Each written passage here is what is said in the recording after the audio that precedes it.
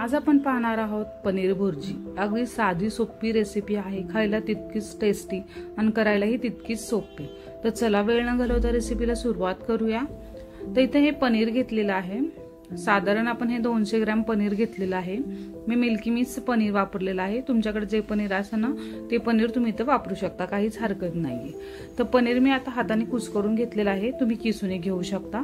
त्याचबरोबर ना मी कॉर्न टाकणार आहे। इथं कॉर्न टाकले की पनीर भुर्जी आणखी छान लागते। ऑप्शनल आहे, तुम्हाला जर टाकायचं असेल तर तुम्ही टाका, नाही टाकले काहीच हरकत नाही। तर साधारण अर्धी वाटी मी इथं कॉर्न घेतलेले आहे। त्याचबरोबर 2 मध्यम आकाराचे कांदे, 1 टमाटा, कसुरी मेथी, कढीपत्ता, हिरव्या मिरच्या अशा बारीक कट करून घेतलेले आहे। त्याचबरोबर आलं लसूण पेस्ट, आणि आपण आलं किसून घेणार आहोत आणि लसूण थोडासा पाकळ्यांना असं ठेचून त्याही आपण इथं वापरणार आहोत। कढई घेतलेली आहे, कढई छानपैकी आपण गरम करून घेऊया। त्यात साधारण 1 चमचा मी तेल टाकलेलं आहे। तेल तुम्ही तुमच्या अंदाजाप्रमाणे कमी जास्त करू शकता। 1 मोठा चमचा आपण इथे जिरे वापरणार आहे। जिरे छान फुलून द्यायचे आहे। जिरे छानपैकी फुलले की आपण त्याच्यामध्ये जो कांदा बारीक करून घेतलेला आहे ना तो कांदा आपण त्याच्यामध्ये टाकून घेऊया। तुम्ही जितका कांदा वापरणार आहे ना तितकाच आपल्याला इथं टमाटा वापरायचा आहे। टमाटा लाल घ्या, जेणेकरून चटणीला आपण छान अशी दिसेल। कांदा आपण छान प्रकारे परतून घेऊया। थोडासा कांद्याचा कलर चेंज झाला की मी आणखी अर्धा चमचा इथे तेल टाकणार आहे, आणि जो आपण कढीपत्ता, हिरवी मिरची हे घेतलं होतं ना ते आपण ह्याच्यामध्ये टाकून घेऊया। तर आधी मी हिरवी मिरची टाकते, त्याचबरोबर कढीपत्ता छान प्रकारे आपण परतून घेऊया, आणि त्यातच किसलेलं आलंही आपण टाकणार आहे। साधारण 1 चमचा मी इथे टाकतेय, आणि त्याचबरोबर लसणाच्या पाकळ्या टाकते। अशा पद्धतीने तुम्ही टाकून बघा, टेस्ट आणखी आपल्या पनीर भुर्जीची छान प्रकारे इथे वाढते। आता छान प्रकारे आपण हे सगळं परतून घेऊया। थोडासा जो कच्चापणा आहे ना त्याचा तो पूर्ण घालून घेऊया। छान प्रकारे थोडंसं तेलात परतून पुन्हा आपण हे मिक्स करून घेणार आहे, आणि कांद्याबरोबरच फ्राय करून घेणार आहे छान प्रकारे।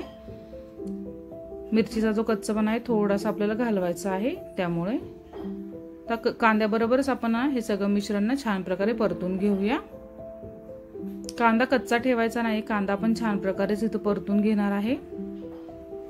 थोडासा कांद्याचा कलर इथं चेंज झालेला आहे की आपण त्यात टोमॅटो टाकून घेऊया। टमाटाही आपण छान प्रकारे इथं परतून घेऊया। टमाटा लवकर शिजण्यासाठी किंवा सॉफ्ट होण्यासाठी ना आपण थोडंसं मीठ टाकूया, जेणेकरून आपला टमाटा ना लवकर सॉफ्ट होईल आणि लवकर शिजेल। तर छान प्रकारे आता आपण मिक्स करून ना टमाटा शिजण्याची वाट पाहूया। अगदी साधी सोपी रेसिपी आहे, करायलाही तितकीच पटकन होती। तुम्ही टिफिनसाठी ही रेसिपी करू शकता।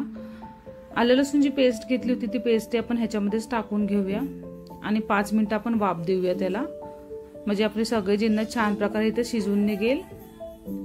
हे बघा तेलही सुटलेलं आहे साईडने, तुम्हाला साईडने सुटलेलं दिसत असेल। तर छान प्रकारे आपले सॉफ्ट झालेला आहे टमाटा। आता काही बेसिक मसाले आपण ऍड करूया, जसं की अर्धा चमचा हळद टाकते, थोडंसं हिंग आपण वापरणार आहे, त्याचबरोबर 1 चमचा धना पावडर टाकणार आहे, छोटाच आहे 1 चमचा। त्याचबरोबर आपण कलरसाठी काश्मीरी लाल तिखट टाकतो, हे तिखट कमी असतं, फक्त कलरसाठी असतं।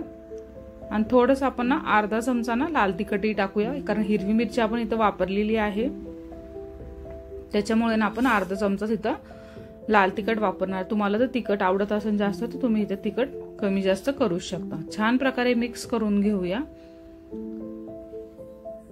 थोडीशी कसुरी मेथी त्याच्यात ऍड करून घेऊया, आणि पुन्हा एकजीव करून घेऊया छान प्रकारे। आणि सगळे मसाले शिजण्यासाठी ना आपण 5 मिनिटं झाकण ठेवूया, जेणेकरून मसाले आपले छानपैकी परतले जातील। साईडने तेल सुटलेले दिसतच आहे, आपले सगळे मसाले छानपैकी इथं परतले गेलेले आहेत। एकदा मिक्स करून घेऊया।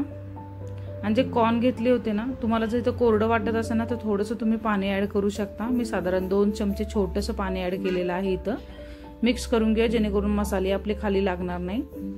हे बघा छानपैकी आता आपण परतून घेतलेलं आहे। जे कॉर्न आपण घेतले होते ना ते कॉर्न मधलं पाणी पुन्हा काढून आपण आता हे कॉर्न ह्याच्यामध्ये टाकून घेऊया। छान लागतात कॉर्न, तुम्ही एकदा टाकून बघा पनीर भुर्जीमध्ये। दाताखाली कॉर्न आली ना भुर्जी खाताना की छान लागतं, त्यामुळे एकदा नक्कीच टाकून बघा तुम्ही। मिक्स करून घेऊया छान प्रकारे। आणि जे पनीर घेतलं होतं ते पनीर आपण ह्याच्यामध्ये ऍड करून घेऊया।